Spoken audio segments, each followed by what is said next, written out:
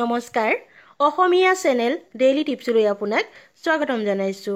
বন্ধু বান্ধৱীসকল আজি মই আপোনালোকৰ লগত শ্বেয়াৰ কৰিম ঠাণ্ডা দিনত আপোনাৰ স্কিনখন কেনেদৰে উজ্জ্বল কৰি ৰাখিব পাৰিব তাৰ ওপৰত বন্ধু বান্ধৱীসকল যিখিনি টিপছ মই আজি আপোনালোকক দিম সেইখিনিত যিখিনি বস্তু প্ৰয়োজন হ'ব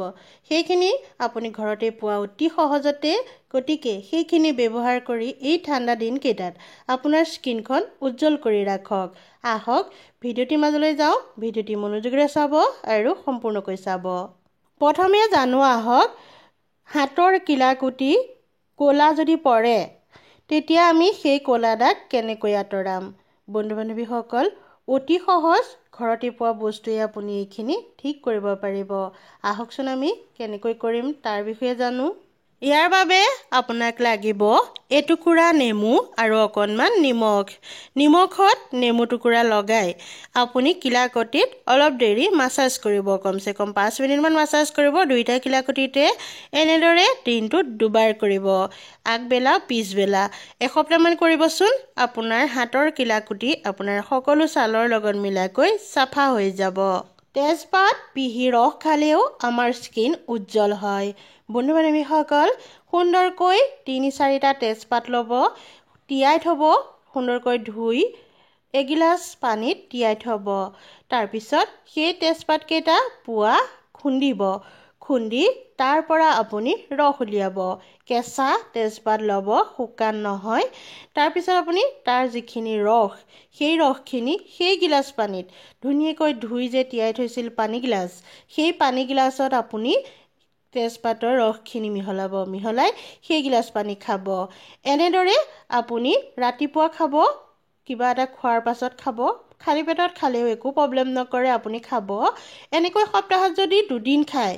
এনেদৰে খাই থাকিবচোন 2 দিনকৈ নিয়মিত ৰূপে আপোনাৰ ছাল উজ্জ্বল কৰি ৰখাত সহায় কৰিব বেলপাত আৰু বেল ব্যৱহাৰ কৰিও আপুনি আপোনাৰ স্কিন উজ্জ্বল কৰি ৰাখিব পাৰিব কেনেকৈ ব্যৱহাৰ কৰিব বেলৰ মাজৰ অংশ ল'ব বেল ফলৰ মাজৰ অংশ আৰু তাতে আপুনি 4-5টা বেলপাত পিচি পেষ্টখিনি তাতে মিহলাই সেইখিনি আপোনাৰ মুখমণ্ডলৰ পৰা ধৰি গোটেই গাতে লগাব আপুনি গোটেই গাত যদি উজ্জ্বল কৰিব বিচাৰে তেতিয়াহ'লে ভৰিৰ পৰা মুখলৈকে লগাই আপুনি কমসে কম 1 ঘণ্টা থাকিবলৈ দিব তাৰপিছত আপুনি ধুই পেলাব এনেকৈ সপ্তাহত 2 দিন কৰিব দেখিব আপোনাৰ স্কিন উজ্জ্বল হৈ পৰিছে কেঁচা হালধি আৰু মাটিমাহ পিচি লগালেও আপোনাৰ ছাল নিমজ হয় কেনেদৰে ব্যৱহাৰ কৰিব কেঁচা হালধি বাকলি গুচাই সুন্দৰকৈ পিচি একদম সুন্দৰ পেষ্ট বনাই ল'ব আৰু মাটিমাহ আপোনাৰ প্ৰয়োজন অনুসাৰে ৰাতি তিয়াই থ'ব পুৱা সেইখিনি পিচি তাৰো পেষ্ট বনাই ল'ব বন্ধু বান্ধৱীসকল মাটিমাহ আৰু হালধি যদি আপুনি মাটিমাহ 50 গ্ৰাম লৈছে তেতিয়া হালধি 50 গ্ৰাম নল'ব 25 গ্ৰাম ল'ব এনেকৈ আপুনি সেইখিনি মিশ্ৰণ বনাই তাতে আপুনি অকণমান মিঠাতেল মিহলাই সেইখিনি আপোনাৰ মুখৰ পৰা ভৰিলৈকে লগাই কমসে কম 2 ঘণ্টা থাকিবলৈ দিব গা ধোৱাৰ আগতে তাৰপিছত আপুনি গা ধুই পেলাব এনেদৰে এইখিনি ব্যৱহাৰ কৰিবচোন আপোনাৰ স্কিন ইমান সুন্দৰ আৰু উজ্জ্বল হৈ পৰিব যে আপুনি দেখিলে আচৰিত হ'ব আমাৰ অতীতৰ পৰাই ন কইনা ন দৰাক